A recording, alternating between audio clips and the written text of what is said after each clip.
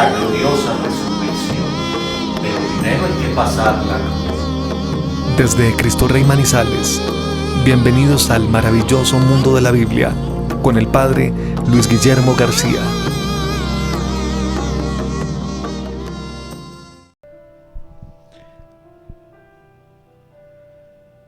El maravilloso mundo de la Biblia. Muy buenas noches para todos.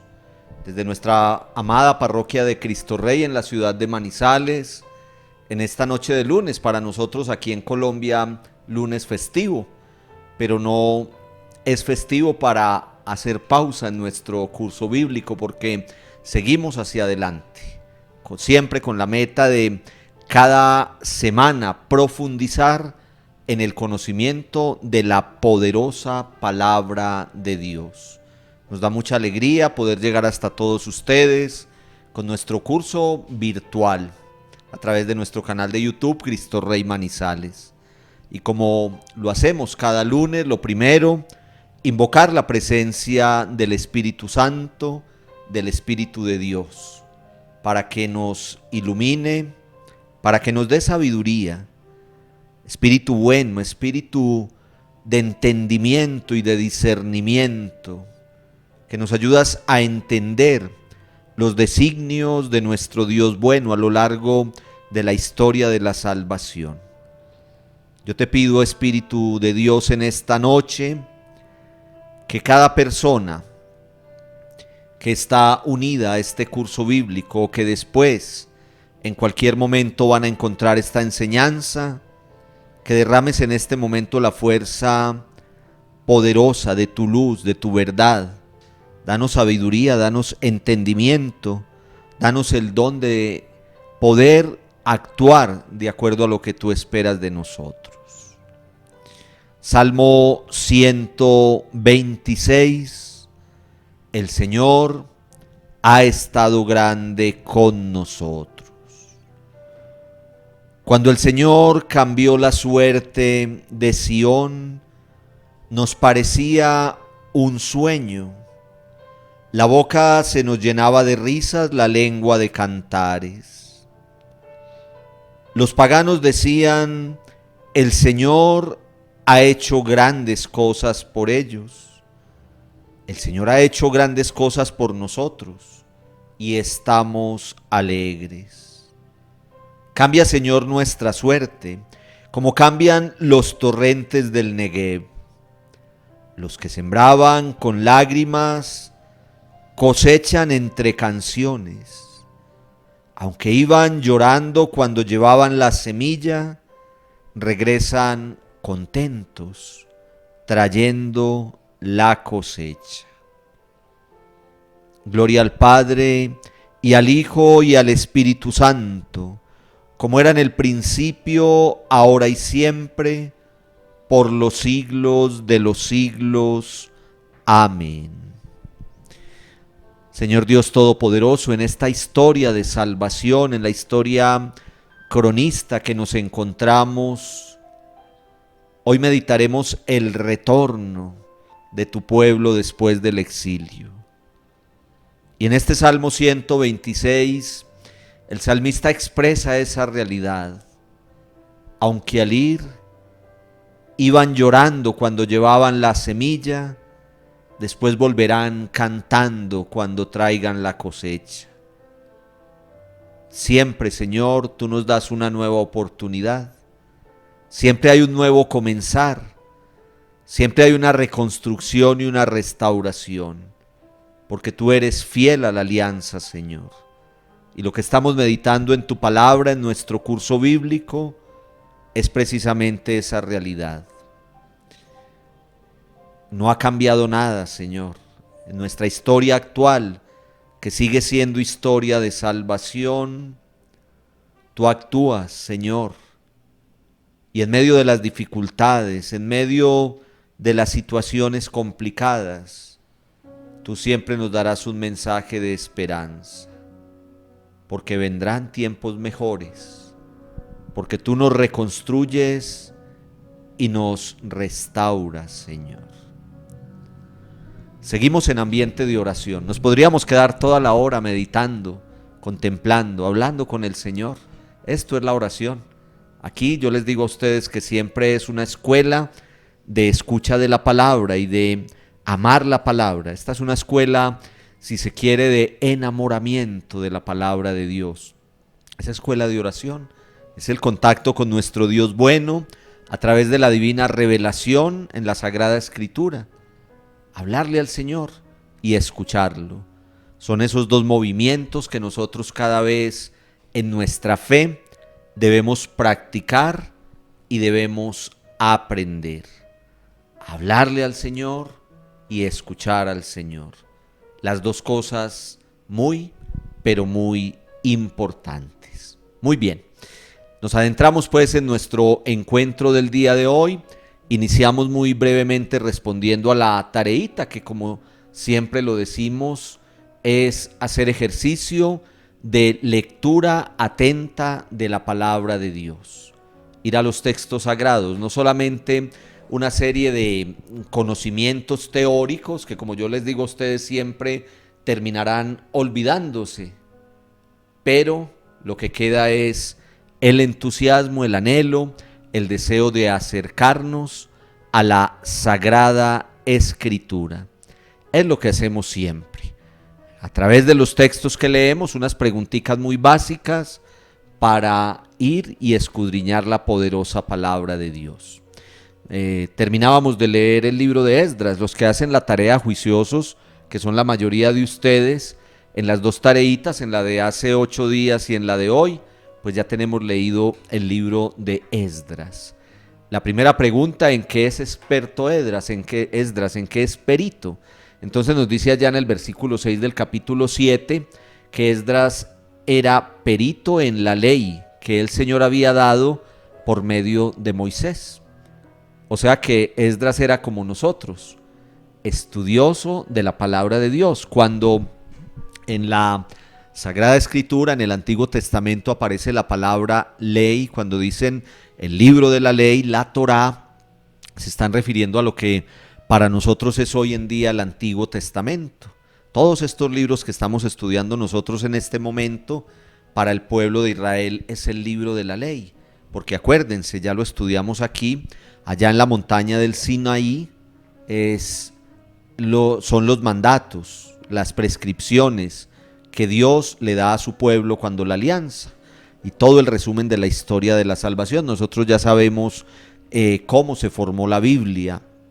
Hemos estudiado cómo fue toda esa tradición, primero oral de generación en generación, y en un momento determinado fue necesario ponerla por escrito, y era llamado el libro de la ley. Por eso lo ponemos con mayúscula siempre, la ley. Hoy va a aparecer en varias de nuestras diapositivas porque es un elemento esencial en esta etapa histórica de Esdras y Nehemías. Y entonces el libro de la ley es la palabra de Dios. Y Esdras, como lo vamos a estudiar hoy, sacerdote, pues era precisamente experto en la ley, en el libro de la ley, en la Torá, en la palabra de Dios. ¿Cuántos días acamparon en el río que corre hacia Ahava? Nos dice en el capítulo 8, versículo 15 de Esdras, que acamparon durante 3 días. ¿De qué estamos hablando? Los que de ustedes leyeron pues entienden muy bien y están sintonizados, los que van leyendo el libro bíblico. Acuérdense que es el principal propósito. A medida que vamos meditando, estudiando, si se quiere, estos libros sagrados en el orden que vamos, que es el orden canónico, el orden en que están en la Sagrada Escritura, pues entonces ir leyendo el libro bíblico. Miren que vamos despacio. 2 semanas, 3 semanas, 2 lunes, 3 lunes en un libro bíblico, y así tenemos tiempo, lo más importante, de leerlo en nuestra Biblia, en nuestra palabra de Dios. Entonces, los que de ustedes leyeron en esos capítulos entienden muy bien de qué se trata. Lo vamos a estudiar hoy más detalladamente, pero recuerden, el pueblo que estaba exiliado, deportado, fue sacado de su ciudad, de su pueblo, y fue llevado al exilio en Babilonia. El rey da el edicto, el permiso para que puedan volver. Dice: los que de ustedes se quieran ir, arranquen para su ciudad y reconstruyanla y restáurenla. Eso se hizo en varias etapas, como nos cuentan los libros de Esdras y Nehemías. En esa expedición de ir desde Babilonia hacia Jerusalén, entonces en ese caminar acamparon 3 días junto al río que corre hacia Ahava.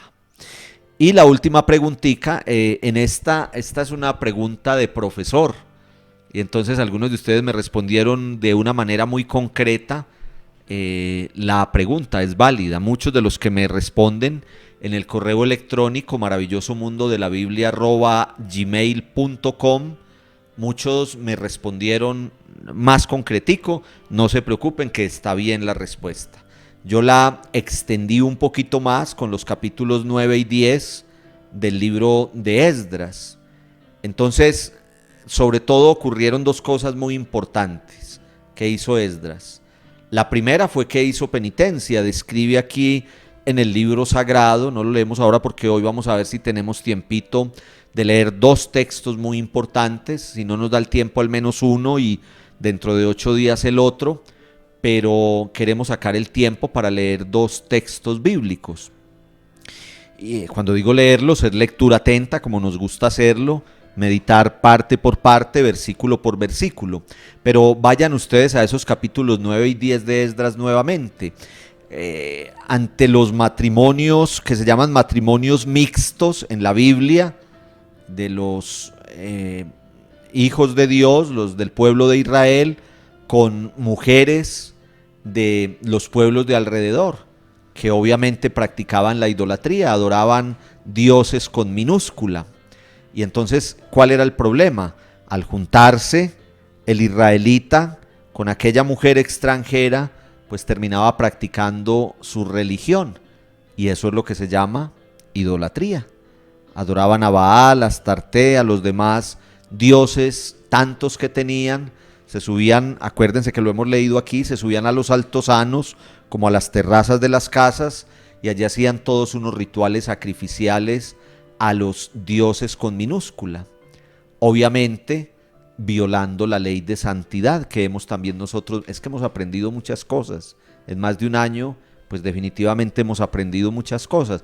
Yo ya les hablo de cosas que sé, estoy seguro que ustedes las saben, al menos cuando yo se las repito las recuerdan.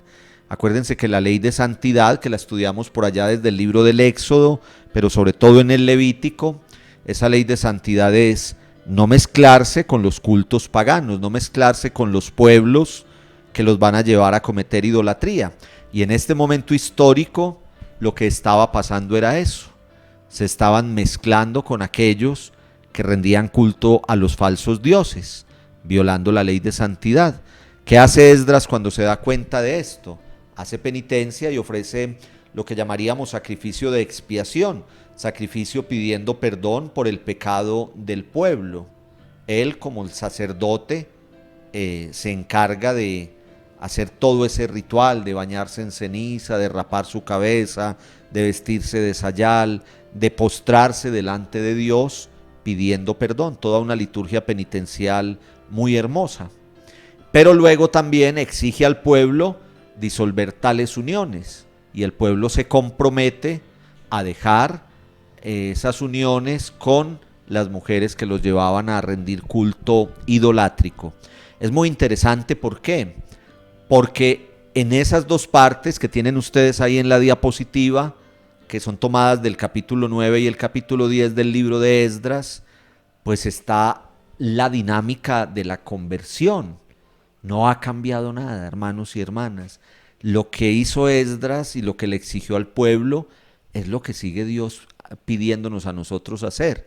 Ante el pecado, cualquiera que sea, ante nuestras equivocaciones y cuando nos salimos del camino del Señor, no es solamente un acto de perdón, no es solamente venir a confesarme, no es solamente postrarme ante Dios y llorar mi pecado, es comprometerme a enderezar, es comprometerme a volver al camino, es comprometerme a dejar atrás ese pecado y ese error. Si no, no sirve. Si Esdras hubiera hecho penitencia y hubiera ofrecido sacrificio, porque estaban cayendo en culto idolátrico, pero ya ahí hubiera terminado, no hubiera hecho nada. Pero Él lleva al pueblo a que también haga su acto penitencial, a que también reconozca su pecado, a que también ofrezca sacrificios, pero les exige, no un consejito, no a ver si lo querían hacer, les exige disolver esas uniones, es decir, salir de esa vida de pecado, pedir perdón a Dios, pero salir de la situación de pecado. En la confesión es así. Cuando una persona se acerca a confesarse y dice: Padre, yo estoy en este pecado, pero no lo puedo dejar en este momento ese pecado, sigo sumergido en él, pues es cuando con mucho amor, con mucha misericordia, se le exhorta a que para recibir la absolución sacramental, primero tiene que salir de esa realidad de pecado, si no, no tiene sentido. Es lo mismo, aquí tenemos un ejemplo, miren ustedes, desde el Antiguo Testamento, que es de esa manera. Muy bien. Ahora muy brevemente, después de la tarea que siempre nos va a dejar muchas enseñanzas y ya es como un resumen de lo que vamos a ver, vamos a sintetizar muy brevemente nuestro encuentro anterior. Nos ubicamos, estamos en la historia cronista, terminamos la historia deuteronomista, Josué, Jueces, 1 y 2 Samuel, 1 y 2 Reyes, y ahora estamos en la historia cronista. 1 y 2 Crónicas, Esdras y Nehemías, 4 libros. Ya estudiamos las generalidades de la historia cronista y ya estudiamos 1 y 2 Crónicas. Las generalidades de la historia cronista es que es un mensaje de esperanza. El pueblo hace toda una meditación inspirado por Dios desde Adán hasta el momento en que retornan del exilio. Ha pasado mucho tiempo, es un periodo muy largo de la historia de la salvación, desde la creación hasta fueron al exilio, fueron deportados y están regresando. ¿Cuál es el mensaje de fondo? La esperanza. Hemos vivido muchos momentos difíciles, dirá el pueblo.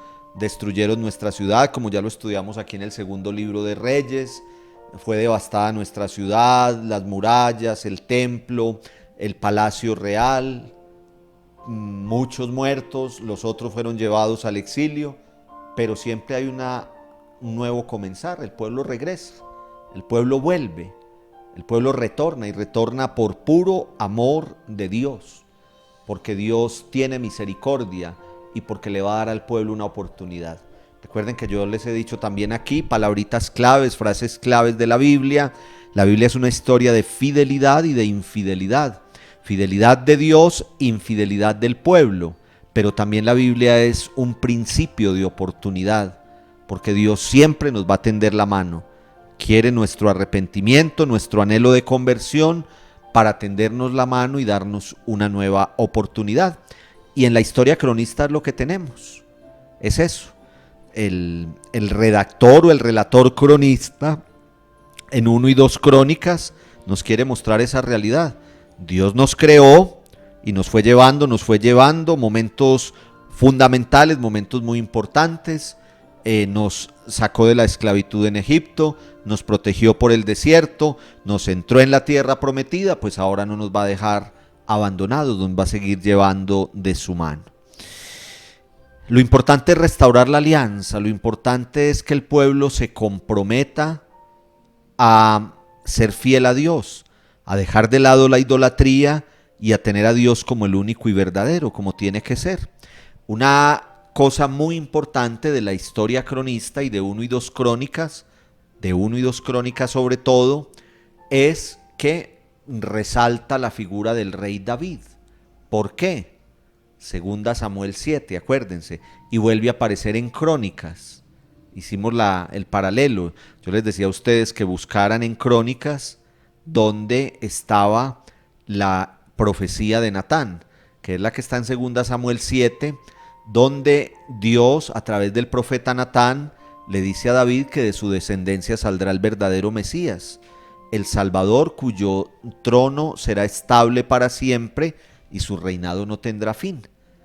Y podríamos decir que ahí está el meollo, la parte más importante de los 2 libros de Crónicas, porque es mostrar cómo en David se hace esa promesa que de su descendencia nacerá el verdadero Mesías, el Salvador, que obviamente nosotros sabemos de sobra quién es.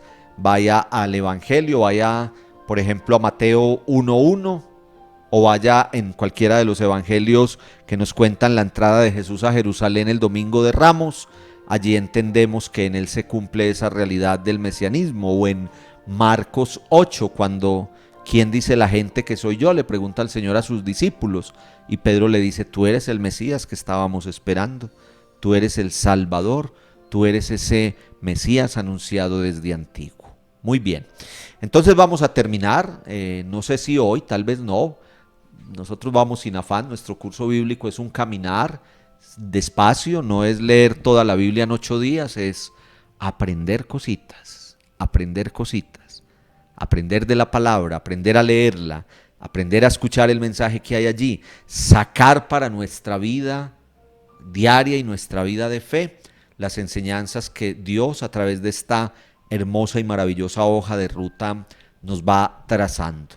Entonces terminamos esta historia cronista con los libros de Esdras y Nehemías, que son el sacerdote y el gobernador respectivamente encargados de liderar esa expedición de la vuelta de los israelitas después de estar exiliados en Babilonia, volver a Jerusalén y liderar toda esa realidad de la reconstrucción material y la restauración en todo sentido, social, política, pero sobre todo espiritual. A mí me da mucha alegría cómo vamos, porque yo cada vez me convenzo más cuando estoy preparando para venir a compartir con ustedes este ratico. Yo me pongo a pensar que los que han seguido, yo siempre me equivoco en la numeración, vamos como en el encuentro 42 tal vez, ahora 8 días les decía el número que no era. Me entusiasmo yo y me alegro tanto con ustedes, creo que hoy es el 42.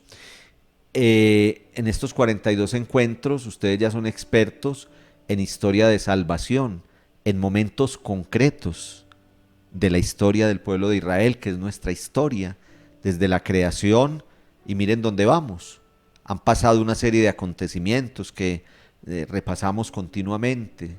Ha pasado la creación, ha pasado la fundación del pueblo de Israel con el padre Abraham, ha pasado la esclavitud en Egipto y la liberación, el paso del Mar Rojo, ha pasado el caminar del pueblo por el desierto superando tantos obstáculos, ha pasado la alianza en la montaña del Sinaí, ha pasado la entrada o la conquista de la tierra prometida, ha pasado la destrucción y devastación y deportación del pueblo, y ahora estamos en el regreso. Y una historia que no se detiene, es muy bonito. Yo he mencionado simplemente los momentos como fundamentales, los más importantes, pero hay muchos más. Lo podríamos también repasar con personajes, desde Adán y Eva, pasando por Abraham y los patriarcas, siguiendo con Moisés, con Josué, con los grandes reyes, con los jueces, en fin. Es muy interesante, es ir entendiendo, por eso llamamos este curso bíblico, el nombre no cae en paracaídas, el maravilloso mundo de la Biblia. Es eso, es un mundo maravilloso, con personajes, con lugares, con historia, con acontecimientos que nos van dando enseñanzas tan hermosas. Entonces estamos en el retorno, estamos en volver a la ciudad que está destruida, la ciudad que está en ruinas, la ciudad que trae tantos recuerdos a aquellos que fueron llevados al exilio, pero que ahora pueden regresar. Yo les hablo así para que nos lo imaginemos, nos lo podemos imaginar. Estamos entrando con el pueblo de Israel a la ciudad de Jerusalén. Las murallas, que las hemos explicado aquí, de qué se trataba, el pueblo rodeado de murallas, con una puerta de la ciudad, las murallas destruidas, el palacio del rey en el piso, el templo de Jerusalén saqueado y destruido, y lo más grave, la moral por el piso. No tenían ánimos, estaban desconsolados viendo cómo estaba su ciudad, no se habían podido volver a congregar, a hacer oración juntos, y como vamos a ver, tal vez el próximo lunes, lo más grave es que el libro de la ley perdido, la palabra, cuando hablemos aquí del libro de la ley, ustedes ya saben que este es el libro de la ley, la palabra. Para ellos, lo que es para nosotros el Antiguo Testamento, sobre todo ese Pentateuco, donde están todas las normas, donde están todos los mandatos y donde están todas las promesas de Dios. Allá en la destrucción del templo, el libro de la ley quedó allá entre los escombros. No tienen el libro de la ley, no tienen templo para congregarse, está destruido, solo hay ruinas. Ese es el panorama que ellos tienen, pero hay una esperanza, y es que Dios les va a permitir reconstruir todo eso material y les va a permitir restaurarse espiritualmente. Muy bonito, muy bonito. Definitivamente hay un momento histórico nuestro, contemporáneo, que nos ayuda a entender esto, guardadas las proporciones. Yo ya les he hablado de él, cuando tuvimos nuestros templos cerrados. Yo recuerdo, todavía estaba yo muy convaleciente cuando pudimos volver a abrir los templos hace un año, un poquito más de un año. Y yo recuerdo, nos dejaron abrir, por ejemplo, nuestro templo de Cristo Rey, que es muy grande, que caben en tiempo normal unas 500 personas, y nos dejaron entrar 30 personas a las primeras celebraciones. Y la gente lloraba, muy emotivo, empezando por el sacerdote. Yo la primera Eucaristía que celebré con esas 30 personas, no pude contenerme, también pues por mi situación de salud, por poder volver a celebrar con la gente. Y la gente lloraba cuando entraba al templo, cuando entraba, se les salían las lágrimas, a los jóvenes, a los más adultos, porque aprendimos a valorar. Nunca nos íbamos a imaginar tener un templo cerrado 7, 8 meses. Entonces imagínense ustedes, por eso digo guardadas las proporciones, el gran edificio, el gran emblema de la espiritualidad del pueblo, el templo de Jerusalén, el orgullo espiritual en el buen sentido de la palabra. Y primero anhelarlo cuando estaban allá en el exilio, pero después de muchos años poder volver y encontrarlo totalmente destruido, arruinado. El libro de la ley perdido, tremendo, tremendo, pero en el fondo una esperanza, y la esperanza era: Dios nos va a ayudar a reconstruir todo esto. Dios nos va a levantar moralmente, espiritualmente, pero también nos va a levantar físicamente, materialmente. Siempre hay un nuevo comenzar. Siempre hay esperanza y el Señor siempre nos va a dar una nueva oportunidad. Digamos pues algunas cositas así generales de Esdras y Nehemías para que entremos a mirar, al menos hoy yo creo que vamos a leer ese texto del regreso. Algo leímos ya en segundo libro de Reyes al final, en el capítulo 25, y también en segunda Crónicas al final, en el capítulo 36.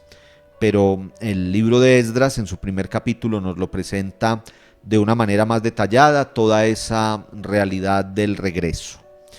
Entonces estos dos libros, Esdras y Nehemías, van muy unidos, así como estudiamos primera y segunda Reyes, primera y segunda Crónicas. Esdras y Nehemías hay que estudiarlo como dos tomos de una misma obra, porque son dos personajes encargados de esta tarea tan importante de la que venimos hablando: liderar el regreso del pueblo y liderar todo lo referente a la reconstrucción material y a la restauración espiritual. Entonces nos relatan estos dos libros el momento exacto del retorno a la tierra prometida, después de ese largo exilio en Babilonia. Como ya lo hemos dicho tanto, es el momento histórico, etapa en la historia de salvación, de la reconstrucción material, pero también de la restauración en todo sentido, social, política, pero fundamentalmente restauración espiritual, restauración religiosa. Si ustedes aprenden eso de Esdras y Nehemías, yo ya quedo contento. Yo les digo a ustedes que de cada libro bíblico aprendernos como una cosita, estudiar por asociación. Hábleme usted que está haciendo el curso bíblico El maravilloso mundo de la Biblia, del libro de Josué. Usted a lo mejor no se va a acordar de conquista en conquista, no se va a acordar de la renovación de la alianza, de la asamblea en Siquén, que hay por allá en el capítulo 8 y en el capítulo 24. No se va a acordar mucho de los discursos de Josué al final del libro, pero usted se va a acordar que es el momento de la entrada en la tierra prometida, cuando el pueblo cruzó el umbral de la tierra prometida. Del Deuteronomio usted no se acordará de muchas cosas, pero usted va a decir Deuteronomio, segunda ley, 3 grandes discursos de Moisés antes de morir, dando todas las directrices antes de entrar en la tierra prometida. Y así sucesivamente, nos podríamos quedar repasando libro por libro con una cosita, con una cosita. Esdras y Nehemías, el momento exacto del retorno del pueblo después del exilio y todo lo que ocurrió en esa etapa de reconstrucción de la ciudad y restauración espiritual. Volvieron a levantar el templo, volvieron a levantar el palacio del rey, levantaron las murallas y lo más importante, encontraron el libro de la ley, lo proclamaron públicamente, lloraron y renovaron la alianza. Eso es lo que hay en Esdras y Nehemías. Si quieren, acabemos ya nuestro encuentro porque ahí les hice un buen resumen. Entonces empieza con el capítulo 1 que tiene 11 versículos en el libro de Esdras, diciéndonos cómo fue concretamente esa historia del retorno. Un nuevo comenzar, una nueva época para el pueblo, una época cargada totalmente de esperanza. Después de ese largo sufrimiento en el destierro, se da la posibilidad de la restauración en todo sentido. Vamos a avanzar un poquito en la explicación de las diapositivas y leemos, al menos hoy, este texto. Lo leemos con lectura atenta y dentro de 8 días leemos escogidos textos, el primer capítulo de Esdras y el capítulo 8 de Nehemías, que es una maravilla, es una hermosura, porque es cuando encontraron el libro de la ley y hacen una proclamación pública, todos en la plaza, todavía todo en reconstrucción, y hacen una lectura pública del libro de la ley. Tenemos, cuando leamos ese texto como este que vamos a leer de Esdras, meternos allá, contemplarlo, sentirnos parte de ello, sentirnos caminando desde Babilonia hasta Jerusalén, en ese caminar, en ese ir, en esa expedición, con la ilusión, con la añoranza, seguramente también con la nostalgia de lo que van a encontrar, pero van a poder volver. Siempre hay que aprender a comenzar, hermanos y hermanas, en la vida. Ahora la pospandemia nos corresponde volver a comenzar, lo estamos haciendo, días difíciles a veces, días más fáciles, pero con esperanza y con ilusión iremos hacia adelante. La palabra siempre actual, no ha cambiado nada. Al retornar a Jerusalén, la principal tarea será reconstruir la ciudad y restaurar, retomar las tradiciones de los antepasados, tradición religiosa, tradición espiritual, tradición de fe. Entonces tenemos los 2 personajes que llevan los nombres de los libros, o los libros mejor los nombres de ellos, dicho al derecho es así, los libros que llevan los nombres de ellos, Esdras, que es sacerdote, y Nehemías, que es gobernador. Esdras y Nehemías no solo lograron reconstruir el templo, la ciudad, sino que lograron restaurar la conciencia religiosa del pueblo de Dios. Es muy bonito porque ciertamente reconstruyen lo material o lo lideran pues para que todo el pueblo, esa es otra cosa muy bonita, todo el pueblo trabaja unido, todos son encargados de levantar ladrillo por ladrillo, muro por muro, casa por casa, el templo, ladrillo por ladrillo, pero también al mismo tiempo se van restaurando espiritualmente su conciencia, volver al libro de la ley, volver a reunirse en el templo, volver a orar, volver a preocuparse por cumplir aquello que trazaron con Dios en una alianza, allá en el Sinaí, que la estudiamos aquí, Éxodo 19, yo seré su Dios, ustedes serán mi pueblo, me van a amar a mí como el único y verdadero Dios, no tendrán dioses extraños delante de ustedes, a mí me servirán y me amarán con todo el corazón, con toda el alma, con todo el entendimiento, con todo el ser. Lo repetirá luego en el libro del Deuteronomio también. Es volver a todo eso. Entonces digamos una palabrita de Esdras y Nehemías. Esdras, sacerdote judío, su tarea principal es poner en vigencia nuevamente la ley. Ahí me faltó ponerla con mayúscula, siempre con mayúscula porque es la palabra de Dios. Poner en vigencia la ley. Recuerden, para la tareita de hoy, Esdras era perito, era especialista, era experto en la ley de Moisés, es decir, en la palabra. Entonces esa es la parte que le toca a él, para restaurar religiosamente el pueblo, para restaurarlo espiritualmente, pues es necesario ir al libro de la ley. No ha cambiado nada. Ustedes son privilegiados, que están con este ánimo de escudriñar la poderosa palabra de Dios, para nosotros encontrarnos con Dios, para nosotros ser fieles a la alianza, para nosotros siempre volver a comenzar en nuestro camino de fe. La clave está en el libro de la ley, las enseñanzas de la iglesia y la palabra de Dios, esos dos pilares en los que nosotros nos sostenemos. La palabra es donde está, como yo lo digo con tanto respeto, esa hoja de ruta, lo que el Señor espera de nosotros. Esdras fue el encargado de eso. El pueblo está en ruinas, no solo materialmente, físicamente, sino interiormente, espiritualmente. ¿Qué tienen que hacer? Volver al libro de la ley. Nehemías, nombrado gobernador de Judea para el regreso, liderará la reconstrucción de la ciudad, del templo, organizará el pueblo. Miren que es a la par las dos cosas. El líder espiritual, pero también el líder, digámoslo así, civil, aunque es mandado por Dios y se deja guiar como tiene que ser.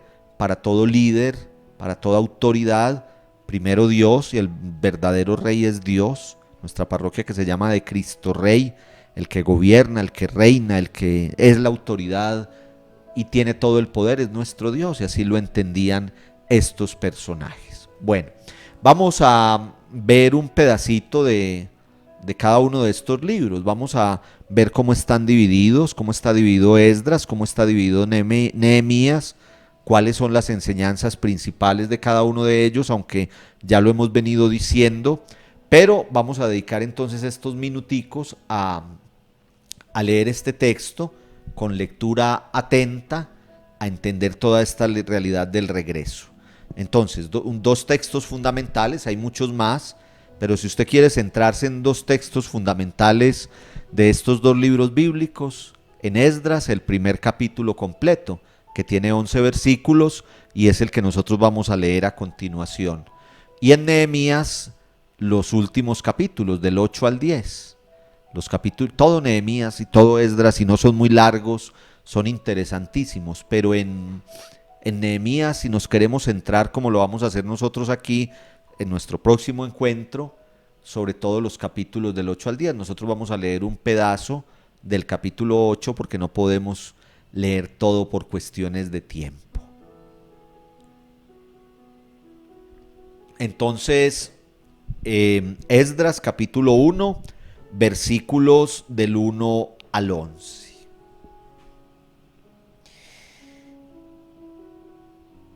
El año primero, recuerden que esto es una historia que continúa. Terminamos nosotros en Segunda Crónicas hablando que ya estaba permitido el regreso, que el rey, el emperador del tiempo, dijo: los voy a dejar regresar, los que sean del pueblo de Israel, alístense y salgan, liderados por Esdras y Nehemías. Y comienza el libro de Esdras diciendo: el año primero de Ciro, rey de Persia, para que se cumpliera la palabra del Señor anunciada por el profeta Jeremías, despertó el Señor el espíritu de Ciro, que en todo su reino hizo proclamar la palabra y por escrito el siguiente edicto. Habla Ciro, rey de Persia: el Señor Dios del cielo me ha dado todos los reinos de la tierra y me ha encomendado construirle un templo en Jerusalén, que está en la región de Judá. Ustedes me dicen si ya han escuchado esto. El que de ustedes pertenezca a ese pueblo, que su Dios lo acompañe y suba a Jerusalén, que está en la región de Judá, a reconstruir el templo del Señor, Dios de Israel. Y a los que pertenezcan a ese pueblo, vivan donde vivan, que les ayude la gente del lugar con plata, oro, bienes, ganado y otros donativos voluntarios para el templo de Dios que está en Jerusalén. Entonces hasta aquí hay varios elementos importantes. Lo primero es que todo está en un plan perfecto de Dios. Cuando estudiemos los profetas vamos a aprender que los profetas hacen parte de toda esta etapa histórica que estamos estudiando. Como ustedes ya van a ser expertos en todo esto que llamamos nosotros libros históricos, van a entender muy fácil los profetas. Por ejemplo, Jeremías le profetiza a ese pueblo que está en el destierro, están exiliados, y Dios inspira a Jeremías para que le hable a ese pueblo un mensaje de esperanza, y Jeremías le va a decir al pueblo: ustedes van a regresar, ustedes van a retornar, tengan paciencia, perseveren en la fe. Así ahora no tengan templo, no tengan donde reunirse a hacer oración, así no tengan el libro de la ley, perseveren, porque van a volver. Y Jerusalén será reconstruida y será la ciudad esplendorosa y todo volverá a ser como antes. Por eso empieza el relator del libro de Esdras diciendo que cuando Dios toca el corazón de Ciro para que saque un edicto diciendo pueden volver a Jerusalén, dice para que se cumpliera lo que les había profetizado Jeremías. Se está cumpliendo la profecía. Y todo está en un plan perfecto de Dios. El escritor del libro de Esdras deja muy claro que Ciro estaba tocado por Dios. Fue Dios el que lo movió su corazón para que tomara la decisión de dejar volver al pueblo a su tierra. Entonces miren lo bonito. Primero se cumple la profecía de Jeremías que les había hablado de la esperanza y de la certeza del retorno, pero también mostrando cómo todo está en un plan perfecto de Dios que toca el corazón de aquel rey para que puedan ellos volver. Lo otro muy bonito es que en el edicto él pone, lo acabamos de leer, que ayuden, los de Persia incluso, que ayuden para que el pueblo tenga lo necesario para volver, porque pues necesitaban reconstruir la ciudad. Entonces fue con la ayuda de todos. Sigue diciendo el edicto de Ciro: los jefes de familia de Judá y Benjamín, los sacerdotes y levitas, todos aquellos cuyo espíritu había despertado Dios, se dispusieron a subir a Jerusalén para reconstruir el templo del Señor. Todos sus vecinos les dieron plata, oro, bienes, ganado, objetos preciosos y otros donativos voluntarios. El rey Ciro mandó sacar los utensilios que Nabucodonosor se había llevado del templo del Señor y había depositado en el templo de su Dios con minúscula. Ciro, rey de Persia, se los consignó al tesorero, el cual los contó y se los entregó a Sesbazar, príncipe de Judá. Este es el inventario. ¿Se acuerdan que nosotros estudiamos allá en Reyes todo eso de la devastación cuando llegaron? Acuérdense que primero sitiaron la ciudad hasta que le tocó salir al pueblo y entraron y los invadieron. Mataron a muchos, los que quedaron vivos se los llevaron exiliados y destruyeron toda la ciudad. Eso ya lo estudiamos. Pero recuerden que hubo un saqueo tremendo en el templo. Se llevaron todo lo del templo, todos los utensilios sagrados. Nos podemos imaginar eso. Con toda la reverencia que le tenía al pueblo. Habían lugares del templo donde los del pueblo no podían entrar. El lugar más santo, el lugar más sagrado. Y todos sus utensilios, las vestiduras sacerdotales, lo que serían hoy los vasos sagrados, todas aquellas cosas que usaban, digámoslo así, en la liturgia, todo eso fue saqueado, pero estaba guardado, miren ustedes. Y Ciro no solamente les dijo devuélvanse, sino que les entregó. Dios le movió a él el corazón para que fuera de esa manera y les entregó todo aquello que les pertenecía. Entonces es interesante y es bonito. Este es el inventario: 30 copas de oro, 1000 copas de plata, 29 cuchillos sagrados. Acuérdense que hacían los sacrificios de inmolar los corderitos y todo esto. 30 vasos de oro, 410 vasos de plata y 1000 objetos accesorios de diversas clases. Recuerden que el templo de Jerusalén no era una capillita, era el templo, era el super templo, y por eso tenía todos estos utensilios. Todo esto, 5.400 objetos de oro y plata en total, se los llevó consigo Sesbazar cuando regresaron los cautivos de Babilonia a Jerusalén. Qué bonito. Miren ustedes lo interesante que son estos libros. Yo no me voy a cansar de decirles eso. A veces nosotros creemos que solamente el Nuevo Testamento tiene toda esa riqueza para nosotros leerlo. Claro, es el culmen, es el nacimiento del Señor Jesús, es la obra del Señor Jesús, es el cumplimiento de la profecía de Natán, así como en el regreso del pueblo a Jerusalén se cumple la profecía de Jeremías, que se lo había anunciado hacia el pueblo, mandado por Dios para que se lo anunciara. Pues la venida del Señor Jesús es el cumplimiento de la profecía de Natán que estudiamos nosotros muy bien aquí. Pero miren estos textos como son de hermosos. A mí me entusiasma, a mí me apasiona, yo me podría quedar hablándoles a ustedes de estos 11 versículos del capítulo primero toda la noche si quieren, porque es que es muy bonito.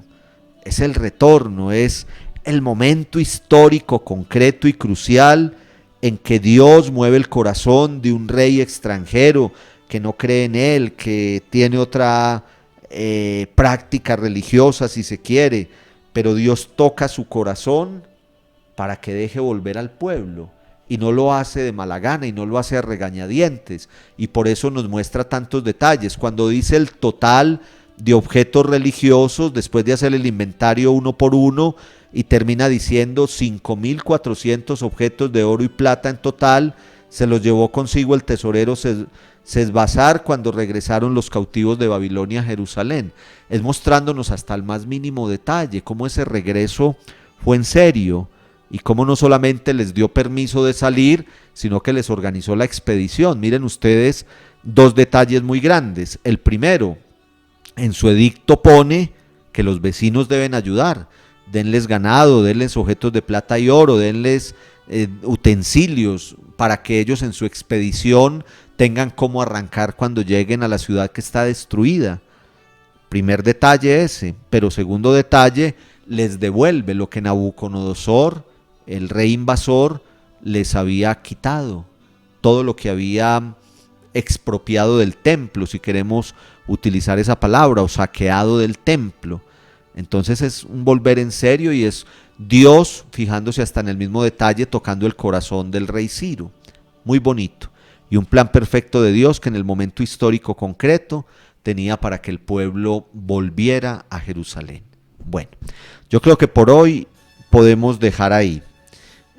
Vimos estas generalidades. Dentro de 8 días vamos a ver ya cómo está dividido el libro de Esdras, cómo está dividido el libro de Nehemías, principales enseñanzas de Esdras, principales enseñanzas de Nehemías, y nos centraremos en Nehemías 8, teniendo en cuenta el contexto Nehemías del 8 al 10, que es la proclamación pública del libro de la ley después de que lo encuentran, una proclamación solemne en la plaza que están reconstruyendo, pero también luego la renovación de la alianza, porque el pueblo se compromete de ahí en adelante nuevamente, por eso se llama renovación, porque ya ha pasado en la historia que hemos estudiado varias veces la renovación, primero la alianza y luego ha sido renovada varias veces.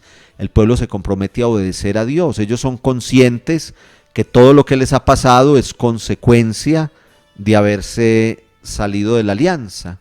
Entonces ellos saben que la clave está en volver a obedecer a Dios, renovar la alianza, enderezar el camino. Eso lo veremos dentro de 8 días en Nehemías 8, Nehemías del 8 al 10. Si usted tiene tiempito lo va a leer nuevamente, léalo con despacio, lea ese capítulo 8 que es hermosísimo, el 9, el 10. La enseñanza es esa. El pueblo vuelve, situémonos en ese ambiente histórico, geográfico, metámonos allá. Usted vuelva a leer todo esto, es sino devolver una paginita. Usted se para en la primera página del libro de Esdras, pero usted se devuelve una paginita y lee el último capítulo de Segunda Crónicas, que es el capítulo 36, y lea los dos textos unidos.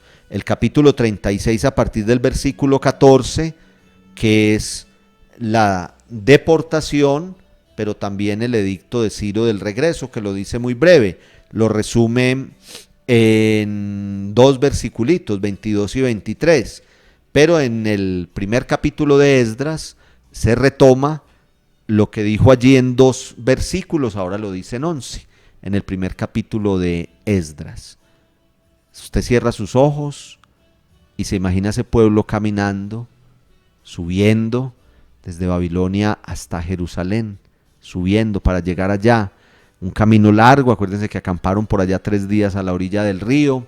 El pueblo va, lo que les digo, va con ilusión, va con sueños, va con esperanza, va con ese sentimiento, con esa nostalgia de que tuvieron una ciudad esplendorosa, admirada por acuérdense, por allá en la época del rey Salomón, que era admirada por todos los reinos, que era el gran esplendor, que era el palacio del rey más hermoso, que era el templo como no había otro en toda la región o en todo el mundo hasta ese momento, y pensar que van a encontrar todo eso en ruinas y destruido, totalmente en el suelo, literalmente, y ellos también como pueblo en el suelo, la moral por el piso, diríamos nosotros hoy. Pero hay un nuevo comenzar, hay una nueva oportunidad, hay una esperanza inmensa, que Dios los dejó volver, les permitió volver, organizó todo para que volvieran, tocó el corazón de Ciro y van a empezar de cero.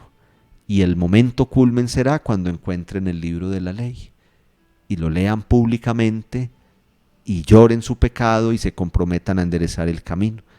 Esas son las escenas del próximo capítulo, Nehemías del 8 al 10. ¡Qué maravilla! Hoy esto salió más espiritual que de costumbre porque el Señor toca nuestro corazón.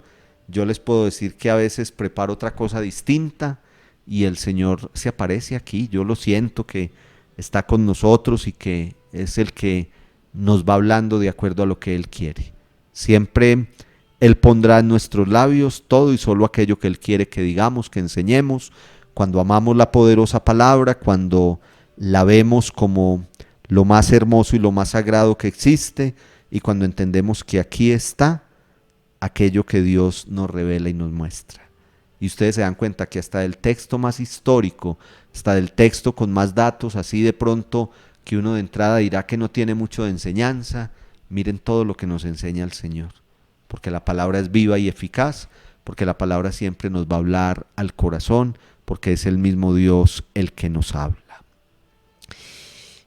Vamos a ir entrando en los personajes edificantes. Dentro de 8 días vamos a terminar esta historia cronista y dentro de 15 empezaremos ya otro segmento.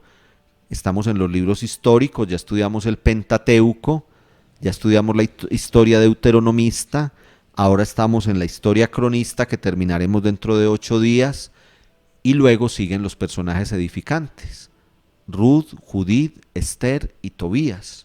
Vamos a decir una palabrita de cada uno de ellos. Entonces vamos a empezar leyendo el libro de Ruth, que tiene 4 capítulos. Vamos a leer los 4 capítulos de Ruth y estas preguntitas que ya saben que se trata simplemente de lectura atenta. La primera pregunta es ¿por qué se fueron de Belén Elimelech y Noemí? Usted al leer va a entender quiénes son Elimelech y Noemí. ¿Por qué se tuvieron que ir de Belén? ¿En qué oficio tuvo que trabajar Ruth? Y luego, ¿cómo se llama el abuelo de David? Aparece ahí cómo se llama el abuelo de David. Vamos a buscar estas respuestas en esos 4 capítulos del libro de Ruth. ¿Por qué se fueron de Belén Elimelech y Noemí? ¿En qué oficio tuvo que trabajar Ruth? ¿Y cómo se llama el abuelo de David? 3 preguntitas fáciles, pero lo importante es que ustedes vayan leyendo. Me interesa mucho que lean Esdras y Nehemías, mucho. Esdras y Nehemías. Léanlo despacio, subrayen. Si no quieren subrayar, tomen notica por ahí en otra hojita y métanla dentro de su Biblia, pero subrayen. El Señor sabe que lo hacemos con amor y respeto para profundizar en su palabra. Y luego, entonces, lea también Nehemías, sobre todo esos últimos capítulos, el capítulo 8, el capítulo 9, el capítulo 10. Muchas gracias por su atención, gracias por su paciencia. Este ratico se va muy rápido con ustedes, pero vamos repasando, vamos aprendiendo y vamos escuchando la palabra que el Señor tiene para regalarnos cada 8 días. Vamos a terminar invocando a nuestra Santísima Madre. Dios te salve María, llena eres de gracia, el Señor es contigo, bendita tú eres entre todas las mujeres, bendito es el fruto de tu vientre Jesús. Santa María, Madre de Dios, ruega por nosotros pecadores, ahora y en la hora de nuestra muerte. Amén. Recuerden que en esta parroquia los queremos mucho. Recuerden que se pueden comunicar con nosotros a través del correo electrónico maravillosomundodelabiblia@gmail.com. Recuerden también que todos los jueves tenemos nuestra hora santa. Se ha convertido en un momento hermoso, muy bonito. Los que están por aquí cerca de ustedes vienen, nuestro templo con el aforo completo, con el permitido.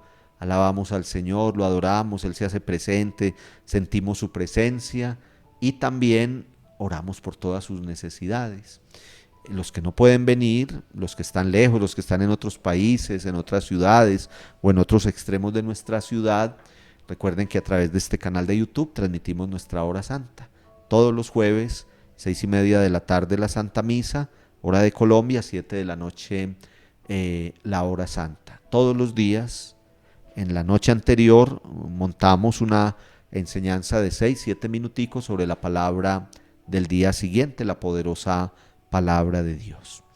El Señor los bendiga mucho, una santa noche o en el momento en que vean esta enseñanza, quienes la ven, hay muchos que no la ven en vivo y en directo, pero luego la ven. Para todos mil bendiciones y que el Señor siga tocando sus corazones. Los queremos mucho en nuestra parroquia y todos los días en el altar oramos por sus intenciones.